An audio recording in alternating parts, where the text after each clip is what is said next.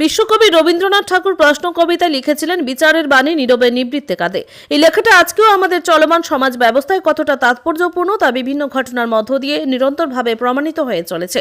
একই রকমভাবে বিশালগড় থানার অন্তর্গত গোকুলনগরের রাস্তার মাথা এলাকায় ঘটে যাওয়া এক ঘটনায় কবিগুরুর এই লাইনটা আরও একবার প্রাসঙ্গিক হয়ে উঠল।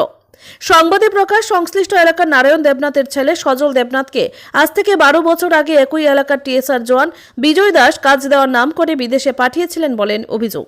এরপর দীর্ঘদিন পর কয়েক বছর আগে সজল রাজ্যে আসলেও নিজ বাড়িতে না গিয়ে বিজয় দাসের এখানেই ছিলেন, কিন্তু পরিকল্পনা করে পরিবারের লোকজনদের সাথে সজলকে দেখা করতে দেওয়া হয়নি বলে অভিযোগ। এরপর থেকে যতবারই বৃদ্ধ নারায়ণবাবু উনার ছেলের খোঁজ নিতে টিএসআর জওয়ানের কাছে গেছেন, ততবারই কখনো বিজয় দাস নিজে আবার কখনো অন্যান্যদের নিয়ে উনার উপর শারীরিক আক্রমণ করেছেন বলে অভিযোগ। এর মধ্যে চলতি মাসের 19 তারিখ রাস্তায় ফেলে প্রকাশ্যে অতিশয় বৃদ্ধ সন্তানের খুঁজে দিশেহারা পিতাকে টিএসআর জওয়ান নির্মমভাবে শারীরিকভাবে আক্রমণপূর্বক রক্তাক্ত এবং আহত করেছে বলে অভিযোগ। এরপর এই ঘটনার পরিপ্রেক্ষিতে অভিযোগ জানানো হলেও কোনো ব্যবস্থা গ্রহণ করা হয়নি বলে নারায়ণ দেবনাথের পরিবার সূত্রে দাবি। একজন টিএসআর জওয়ান এইভাবে সন্তানের খুঁজে যাওয়া পিতার উপর নির্মমভাবে আক্রমণ করবেন, সবকিছু জানানোর পরেও প্রশাসন কোনো ব্যবস্থা গ্রহণ করবে না, এই গোটা বিষয়টা নিয়ে এলাকা জুড়ে ব্যাপক বিস্ময়কর আবহ তৈরি হয়েছে। Bureau report, Tripura news Bangla. 12 বছর আগে আমার ভাই সজল দেবনাথ কইছে বিদেশ যাইব, আমরা কাছে টাকা চাইছে, আমরা কইছি আমরা কাছে এখন টাকা নাই, তখন কইছে বিজয় দাসে পাঠাইব। বিজয় দাসটা লোকটাকে টিএসআর চাকরি করে বিজয় দাস। বাড়ি কোন জায়গায়? গুডাউন পারে আমরা পাশের বাড়ি। এরপরে কি হয়েছে?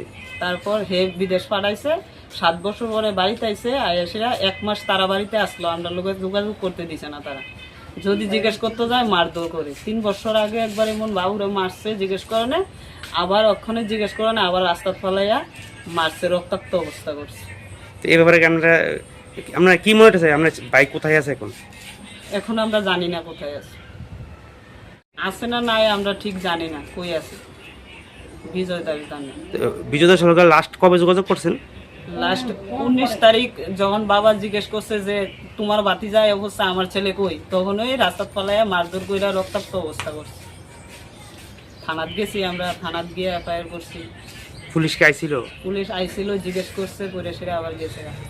তো এখন আপনারা কি চান? আমরা এখন বিচার চাই, এখন আমার বাইরে ফিরা পাইতাম চাই, মুখ্যমন্ত্রীর কাছে আবেদন, আমরা শক্ত বিচার চাই। ভাই যেমন বাড়িতে হে যেমন ফিরাই দে। হে আজকে 12 বছর ধরে আমার বাইরে নিয়ে আগলাই রাখছে, মা বাবার লোকে কোনো দেখা সাক্ষাৎ করতে দেয় না, বাইরের লোকে আমরাও যোগাযোগ করতে দেয় না। 1 মাস হের ঘরের ভিতরে আসলো, বাইরেতে দিছে না। আপনার কাছে অনুরোধ, এই বিচারটা আপনারা দেখবেন।